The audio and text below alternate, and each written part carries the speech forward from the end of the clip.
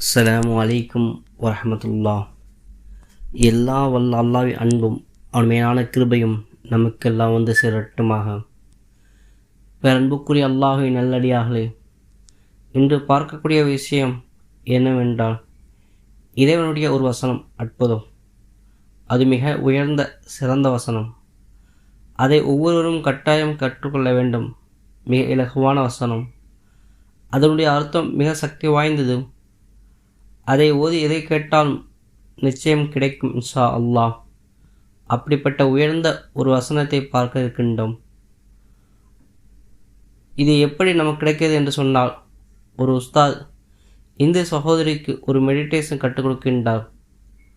அந்த இந்து சகோதரி சொன்ன விஷயம் என்னவென்றால், எனக்கு ஒரு ஹஜரத் ஒரு மந்திரத்தை கற்றுக் கொடுக்கின்றார். கஷ்டப்படும் நேரத்தில் அது பயனுள்ளதாக இருந்தது. அவர் ஒரு நான் முஸ்லீம். நான் ஒரு மந்திரத்தை சொல்லித் தருகின்றேன், அதை ஓதி வா. பண கஷ்டத்தில் பல்வேறு சிரமத்தில் இருக்கின்றார். அதை ஓதிக்கொண்டு வருகின்றான். ஓதிக்கொண்டு வந்தபொழுது கோயம்புத்தூரில் காலேஜில் சேர்க்கும் வேலை அவருக்கு. கேரளாவில் ஒருவர் காலேஜ் சேர்க்க சொல்கின்றார். அவர் மூலம் 4 பேர் வருகின்றார்கள்.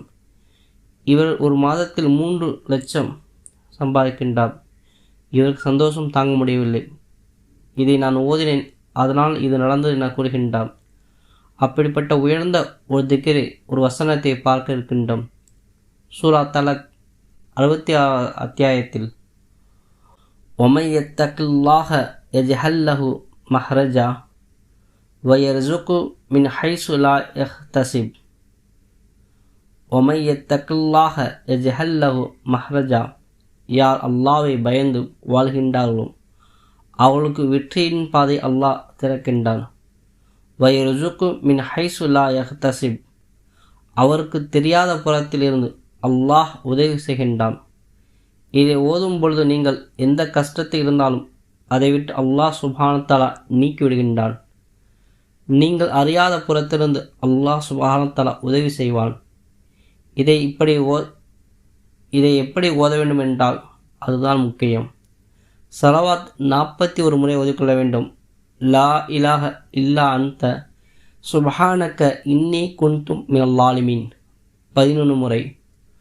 வமை யத்தகில்லாஹ யஜ்அல் லஹு மஹ்ரஜா வயர்சுகு மின் ஹைசு லா யஹ்தசிப் 11 முறை ஓத வேண்டும். அல்லாஹ்விடம் துஆ செய்ய வேண்டும்.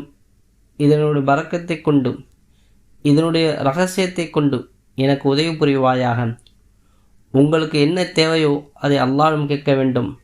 இதேபோல காலை மாலை நீங்கள் ஓதி வர வேண்டும். மற்றும் ஒவ்வொரு ஃபர்லான தொழுகை பிறகு 3 முறை ஓதி வந்தால் இது உங்களுக்கு வசமாகும், அதாவது கைவசமாகும் என சொல்கின்றார்கள். உங்கள் கைவசம் ஆகிவிட்டால் நீங்கள் எப்போது எதை கேட்டாலும் அல்லாஹ் சுப்ஹானஹு தஆலா தருவான். ஆனால் வாழ்க்கை முழுவதும் காலை மாலை ஓதி வர வேண்டும். எதை அடைய விரும்புகின்றீர்களோ எந்த உழைப்பு இல்லாமல் அடைய முடியாது. உலகத்துடைய நீதி அது. சொர்க்கத்தை பழம் நினைத்தால் பழம் வரும், உடை நினைத்தால் உடை வரும். இது சொர்க்கத்தில் எல்லாம். இந்த உலகம் காரண காரியங்களில் உள்ள உலகம். விதை போட்டு தண்ணீர் ஊற்றினால்தான் செடிகள் வரும். ஒரு முறை ஓதிவிட்டு கிடைக்க வேண்டும் என்று நினைக்கக்கூடாது. இதை தொடர்ந்து ஓதிக்கொண்டு வர வேண்டும். அப்படி உயர்ந்த அற்புதமான இந்த இறைவசனம்தான் இது. வாழ்க்கை செய்து வாருங்கள், இன்ஷா அல்லாஹ் பயனை கிடைக்கும். ஒரு முறை ஓதிவிட்டேன் என்று நினைக்கக்கூடாது. இதை தொடர்ந்து ஓதிக்கொண்டு வர வேண்டும். அப்படி உயர்ந்த அற்புதமான இறைவசனம்தான் இது. வாழ்க்கை செய்து வாருங்கள். இதேபோல் அமல்கள் அறிந்து செயல்படுவதற்கு நம் சேனலை சப்ஸ்கிரைப் செய்து கொள்ளுங்கள். இந்த வீடியோ பிடித்திருந்தால் லைக் செய்யுங்கள். இதை மற்றவருக்கு ஷேர் செய்யுங்கள்.